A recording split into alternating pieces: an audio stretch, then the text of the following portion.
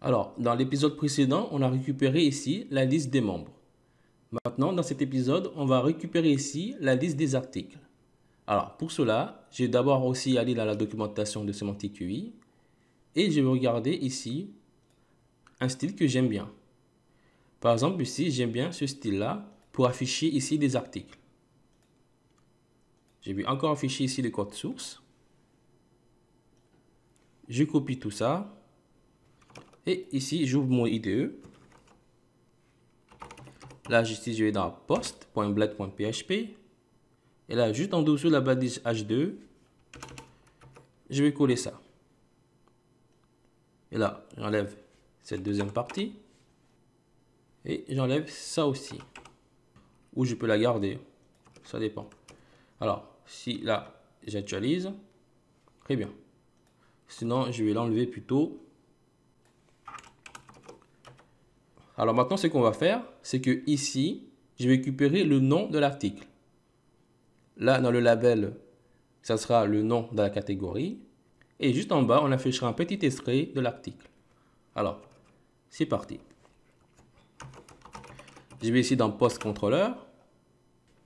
Là encore, je vais ouvrir un tableau. Je mets Post. Et je mets en valeur ici le modèle Post. Et je mets juste Get. Alors là, par contre, je vais mettre ici la méthode LaTest. Comme ça, en fait, il va me récupérer ici les derniers articles en premier, en mode décroissant. Et là, je fais un petit for each. Là, juste à l'intérieur. Je vais plutôt ici utiliser un for s. Je mets de la poste, as, de la poste.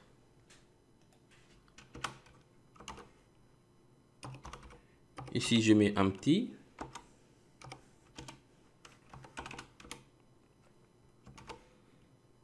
Et là, and for else.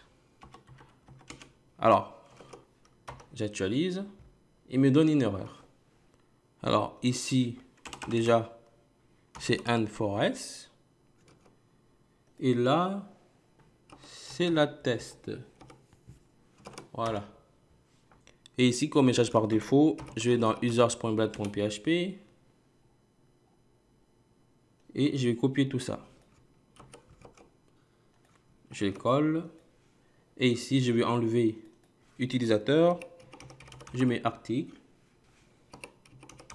Et là, je mets article. Alors ici, à l'intérieur de la balise de paragraphe, je vais faire un écho de la poste body. J'actualise. Ouh, c'est un peu beaucoup. Alors, je vais ici de couper et ouvrir à l'intérieur la fonction strlimit. Je le colle.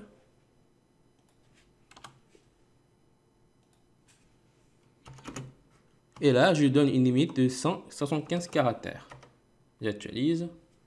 Très bien. Et là, je vais juste mettre une petite margin.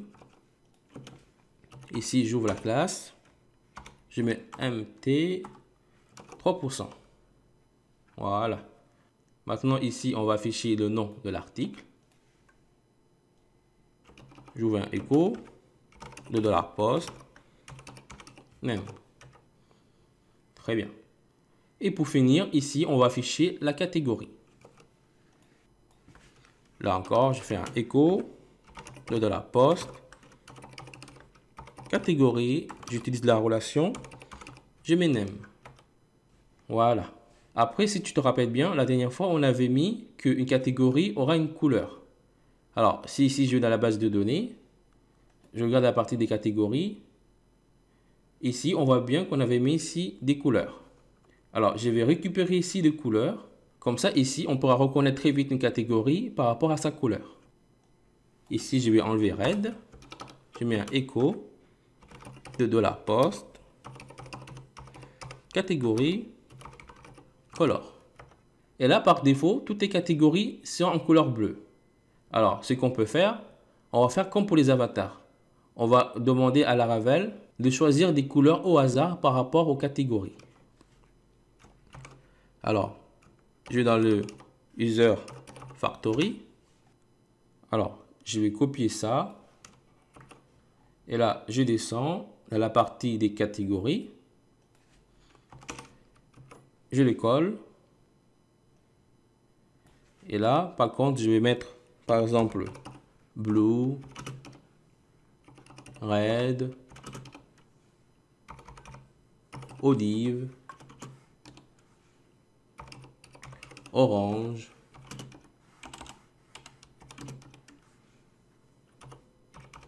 Violet